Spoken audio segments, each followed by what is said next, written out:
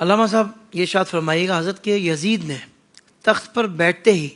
یہ امام عالی مقام امام حسین رضی اللہ تعالیٰ عنہ سے بیعت کا مطالبہ کیوں کیا؟ حافظ صاحب وہ بھی جانتا تھا کہ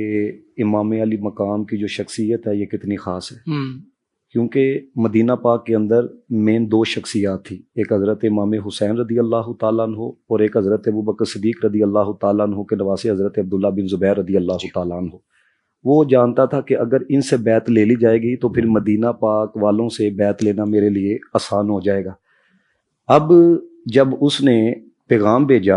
حضرت امام حسین رضی اللہ تعالیٰ عنہ کی طرف تو آپ نے بالکل صاف انکار کر دیا، اور آپ مدینہ المنورہ سے مکہ المکرمہ کی طرف آپ تشریف لے گئے ہیں۔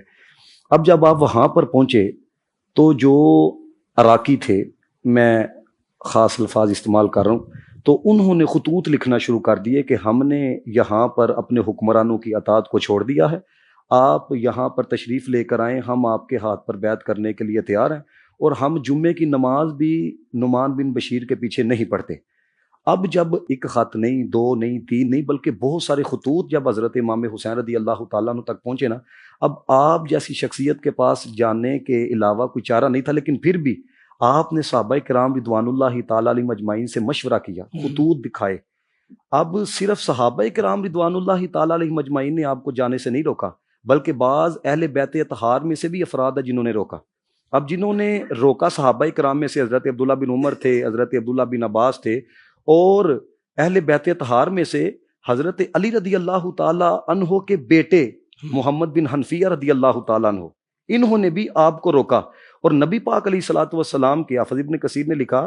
کہ آقا علیہ الصلوۃ والسلام کے چچا زاد بھائی اور حضرت امام حسین رضی اللہ تعالیٰ عنہ کے چچا، وہ خود اس بات کو بیان کرتے ہیں کہ جب کہتے ہیں کہ حضرت امام حسین میرے پاس آئے نا، تو میں نے ان سے یہ کہا کہ اگر میرے بس میں ہوتا تو میں آپ کو روکتا کہ آپ کوفہ کی طرف جا رہے ہیں، کہ آپ کو نہیں پتا کہ آپ کے بابا جان حضرت علی المرتضیٰ شیر خدا رضی اللہ تعالیٰ عنہ کو بھی انہوں نے شہید کیا ہے، اور آپ کے بھائی حضرت امام حسن رضی اللہ تعالیٰ عنہ کو بھی انہوں نے خنجر مارا ہے، تو آپ ان کی طرف جا رہے ہیں۔ اب صحابہ کرام رضوان اللہ تعالیٰ علیہ مجمعین نے جو روکا، اب یہاں پر حافظ صاحب ایک میں خاص بات کرنا چاہوں گا، وہ یہ ہے صحابہ کرام رضوان اللہ تعالیٰ مجمعین نے جس بات پر عمل کیا وہ رخصت کا راستہ تھا۔ حضرت امام حسین رضی اللہ تعالیٰ عنہ نے جس پر عمل کیا وہ عزیمت کا راستہ تھا۔ اب یہاں پر دو لوگ جو ہیں نا، ان کی بے ادبیاں ظاہر ہوتی ہیں۔ ایک خوارج ہیں، وہ کہتے ہیں کہ جب حضرت امام حسین رضی اللہ تعالیٰ عنہ کو صحابہ نے روکا اور انہوں نے کہا کہ یہ وفا کرنے والے نہیں، تو آپ کیوں گئے؟ اور ایک طرف